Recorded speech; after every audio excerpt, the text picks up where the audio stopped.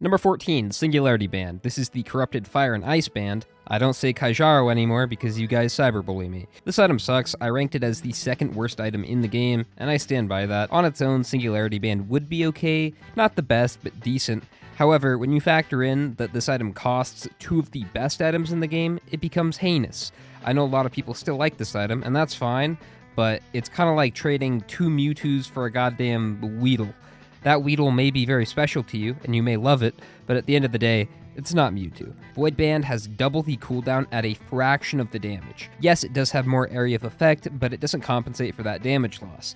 Some survivors really rely on bans, and when you take that away, it can easily turn a good run bad. The only time I would take Void Band is if I was about to fight Mithrix and I didn't already have a normal one. The vast majority of Void items are either just as good or an improvement on the original. Singularity is the exception to this. It's not good, and I don't recommend picking it up. 13. Newly Hatched Zoya. This is the corrupted variant of every single yellow item.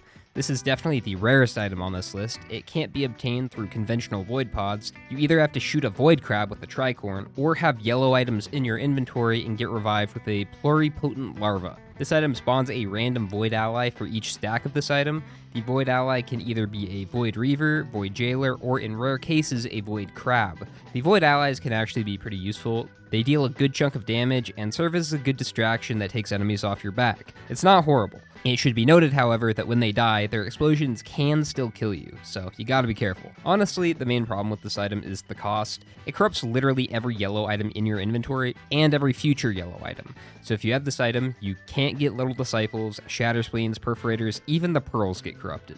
On Engineer, the turrets can spawn additional Void allies, which make it significantly better. Yeah, of course this item is good on Engineer. He's just quirky like that. I don't really hate this item. It's a significant step up from Singularity Band, but it's still not worth it in my opinion. Real quick, if you're enjoying the video, hit the subscribe button because my Uncle Humphrey has unfortunately fallen on some rough times. Dr. Doctorman says the only way to help him is to subscribe, so please guys, help my Uncle Humphrey. Number 12, Benthic Bloom. This is the corrupted 57-leaf clover, and what it does is at the beginning of every stage, 3 of your items are picked at random and upgraded in rarity, meaning white items become green and green items become red. It will also upgrade every stack of that item, so for example, if you had 12 mocha, that could become 12 wax quails. This usually results in a large quantity of red items after a few stages, and if you loop, basically every item in your inventory will be red. Which might sound great on paper, but most of the time it isn't worth it. You're sacrificing so much: mobility, bleed, bans, crit, watches, I could go on and on. You just have to accept that basically any white or green item you pick up can be taken away at a moment's notice. Long term, this is okay. When you have hundreds of red items, you'll be OP even if you're lacking core components of your build, but short term, it can really dick you. Oops, all of your crit are now Warhorns. Great. This item is just a huge gamble that you usually don't need to take. Bloom's placement on this list is definitely very biased. A lot of you may place this item higher, and I wouldn't necessarily disagree with you. I just don't like this item because it goes against my favorite part of this game. I love min-maxing, trying to create the best builds possible, using scrappers to turn bad items into good ones, just outsmarting the game. But when I have Bloom, I feel like I'm not really incentivized to do any of that. Any build I try to create can be ruined at any point. Honestly, I'm just not a fan, but to be fair, this item does have a lot of potential. 11. Lost Series Lenses. This is of course the corrupted Lensmaker glasses. Instead of a 10% chance to deal double damage, each stack of this item gives you a 0.5% chance to instantly kill any non-boss enemy. The term boss is kind of confusing. It just refers to enemies with red health bars, not the actual enemy type. You can get natural boss spawns that aren't from the teleporter, and Void Crit will still work. This is a very niche item. It acts like damage, but isn't actually. It will make some parts of the game easier and other parts harder. If you have a bunch of these, you can one-shot everything and feel awesome, but when it comes time to fight the teleporter boss, or Mithrix, you hit a wall, and will still need actual damage items. Lensmaker glasses will increase your damage on everybody, which most of the time is the better option. If you're having an average to good run, there's no reason to pick this item up. However, if you're having a really bad run and can't seem to kill anything, this item can be very helpful. Even though it doesn't kill bosses, it can still be useful for taking out higher ticket enemies, like overloading Elder Lemurian. Runs like that are few and far between, but it does happen. It is also very survivor specific. Loader and Artificer don't see nearly as much use out of this item as somebody like Commando or Captain. Or Bandit. This is actually a very good item on Bandit since he gets crit from backstabs and doesn't need Lens Maker. But on everybody else, it does mess with certain item combos. Shatter Spleen, Scythe, Predatory, and Laser Scope all depend on crit, so taking that away makes these items a lot worse. Number 10, Needle Tick. I want to point out that there was a huge jump in quality between this item and the last one. I do think this item is good, it just has some tough competition. Now, Needle Tick is obviously the corrupted Tri-Tip Dagger. Instead of applying a bleed that deals 240% damage, you apply the Collapse debuff for 400% damage. On paper, it may seem like Prolapse is better than Bleed, 240 versus 400, easy decision, right? Well, no, because Bleed has infinite damage potential and Prolapse does not. Every time you apply a new Am I calling it Prolapse? Every time you apply a new bleed stack to an enemy, the duration of the debuff resets. This means you can apply bleed stacks infinitely until the enemy is dead. Prolapse will always deal its damage 3 seconds after the first one is procced, so deciding which one is better really comes down to the survivor and the amount of stacks you are able to apply. If you're playing Loader, you can't stack that much bleed unless you have a crowdfunder, so usually Needle Tick is better. But if you're playing somebody like Commando who can apply a lot of bleed, generally Tri-Tip is better. Needle Tick is definitely superior early on, but at its max potential, Tri-Tip can outclass it. For this reason, I would generally recommend waiting until stage 4 or 5 before picking up Needle Tick on proc characters, because once you make that decision, you can never go back. This is one of my favorite Voids. I definitely think it's the most balanced. Like I said, a lot of Void items just feel like direct upgrades. Needle Tick is in a sweet spot where sometimes it's good, and sometimes it's not. At number 9, Pluripotent Larva. This is the corrupted Dio's best friend, and like Dio's, this item gives you an extra life. The catch being, when you respawn, every item in your inventory that has a Void variant becomes corrupted. This is a mixed bag. It can be very healthy for a boy of your age, or very unhealthy. Obviously, having an extra life is good. This item is a lot more common than its non-Void counterpart, so it wins points there. Really, the main problem with this item is all of the previous items on this list. If you have bans, Void Dio can cripple you by giving you Singularity instead. That's the main one, but of course it can also ruin bleed builds, crit builds. If you have any yellows, those are now Zoya. So that's definitely not good, but at the same time you can get Void Keys, Polyloot, Safer Spaces, oh my. Also, like Dio's, this item is really only good if you need it. If you never die in your run, this item is basically just a paperweight in your inventory. Probably my favorite way to use this item is as a utility instead of an extra life.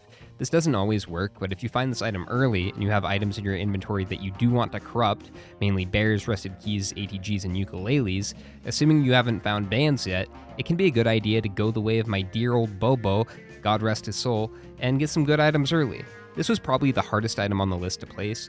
It's a good item, but it definitely has some drawbacks. Number 8, Lysate Cell. This is the corrupted fuel cell. Instead of gaining an extra charge and reduced cooldown on your equipment, you get an extra charge and reduced cooldown on your special skill. This was a hard one to rank as well, because it's almost entirely survivor dependent. If we're breaking it down by character, I would say Lysate is good on Merc, Railgunner, Bandit, Acrid, and Engineer. Lysate is bad on Captain, Commando, Void Fiend, Multi, and Rex, and it's decent on Artie, Huntress, and Loader. So 5 good, 5 bad, and 3 alrights. It would take too long to break down my reasoning for each of those, but some standout ones are extra turrets on Engineer, extra Desperado on Bandit, and more charge shots on Railgunner. Multi and Void Fiend are probably the worst examples, with it doing absolutely nothing for retool and only slightly helping on power mode. With Void Fiend, it gives you an extra charge of your corrupted Suppress, which is barely used even without it. This item is a prime example of why these types of lists are flawed. Items are 3-dimensional and they all have situations they're good, bad, or alright in. So when we talk about an item like this in a vacuum and try to rank it, it doesn't always work. Number 7, Weeping Fungus. This is the corrupted Bustling Fungus, and it's pretty much better in every way. With Bungus, you heal by standing still. With Wungus, you heal by sprinting. To state the obvious, Risk of Rain 2 is a roguelike action game, and you generally don't want to be standing still.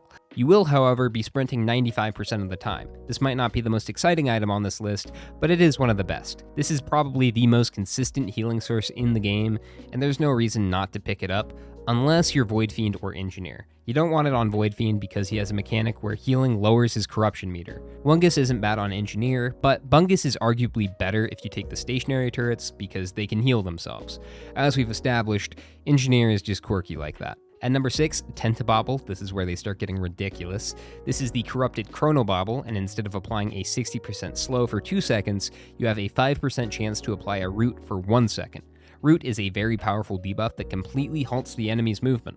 I would say this is the most powerful debuff in the game with the exception of maybe Bleed. It's pretty damn good. With Tentabobble, that's balanced by the fact that you only have a 5% chance to proc it, and it only lasts for 1 second. But that's just with one. Tentabobble stacks incredibly well. Each stack not only makes you 5% more likely to proc it, but also makes the debuff last longer. If you have 5 of these bad boys, you have a 25% chance to completely stop the enemy for 5 seconds. With high fire rate survivors, this becomes ridiculously busted because you can just keep reapplying it. In the gameplay, you can clearly see Mithrix needs to be put in a nursing home because he started having trouble moving on his own. I cannot believe that this is an intended mechanic. It's the final boss and you're just able to completely neuter him with a few stacks of this item. It's nuts. But what's interesting is if you're comparing 1 Chrono to 1 Tenta, I'd probably take the Chrono, but 3 Chronos versus 3 Tentas, I'd definitely take the Tenta. This is an insanely good item, and it's only number 6, so let that speak to how overpowered some of these next items are. Number 5, Voidsent Flame. This is the corrupted Will-O-the-Wisp. These two items are very similar. With Willow, killing an enemy creates a 12-meter explosion. Voidsent Flame is the exact same thing, except instead of being activated on killing an enemy, it's instead activated by damaging an enemy at full health. While they do have the same explosion radius, note Voidsent only deals 75% of the damage, but that's also kind of irrelevant since you have to factor in that when you pick up a void item, you're getting an extra stack. Unless you have more than 5 of them, that extra stack should more than make up for that damage loss. Voidsent is just generally better. Having the explosion activate when the enemy is still at full health is just a lot more practical and guarantees damage every time it's procced. Like Will-O-the-Wisp, this is one of, if not the best item in the game to stack. You stack both damage and radius, so if you find a printer, you can create a massive screen wipe explosion that deals tons of damage. Really, the only downside to having Voidsent over Wisp is Forgive Me Please builds. Wisp can be activated from this equipment and Voidsent cannot, but in basically every other scenario, Voidsent is superior. And number 4, Plasma Shrimp. This is the corrupted ATG, and instead of having a 10% chance to fire a missile worth 300% damage, you now have a 100% chance to fire a shrimp worth 40% damage, with the caveat that you need to have your shield up. That's the purple on the health bar. Now, it's pretty hard to one-up ATG, one of the best items in the game, but Plasma Shrimp was able to do the impossible. On average, 1 Plasma Shrimp is 10% more damage than 1 ATG, but again, you do have to account for the fact that you get an extra stack of Plasma Shrimp when you pick it up. Unless you have a Blast Shower band build, Plasma Shrimp wins the damage game 90% of the time. But what makes this item so powerful is the fact that it always activates, even in proc chains. To kind of put this in perspective, you have a 2% chance to proc an ATG off a Yooka-Laylee, but you have a 100% chance to proc Plasma Shrimp off a Yooka-Laylee. It can also proc multiple times. In a lot of ways, it's more similar to Brilliant Behemoth than it is to an ATG, because it's just more damage that affects almost everything in your build. You can also triple the amount of shrimp fired with an ICBM, which is insanely powerful. It also combos very well with the next item on this list. Number 3, Polyloot. This is the corrupted Yooka-Laylee. Instead of chaining lightning on 3 nearby targets, you chain lightning on the same enemy 3 times. Each hit of this item is worth 60% total damage, and it does that 3 times, so that's 180% total damage for each stack. That's a lot of value. I think this item is always better than Yooka-Laylee. With most of the previous items, there are situations I would prefer the non-void counterpart, but with Polyloot, I can't think of a single situation where I'd prefer Yuke. Yooka-Laylee is a great item, but it requires enemies to be nearby, and stacking it doesn't really do that much after 2 or 3. Polyloot always works, and what you lose in area of effect, you more than make up for in single target damage. It also combos well with a whole bunch of items. Just off the top of my head, Head Stomper, Shattering Justice, Shuriken, ATG, Shatterspleen, Charge Perforator. I could go on all day, but probably the best combo is with Plasma Shrimp. Every time you proc Polyloot, you're also proccing Plasma Shrimp on every single hit of the Polyloot. It's pretty nuts. I'll just let the gameplay speak for itself.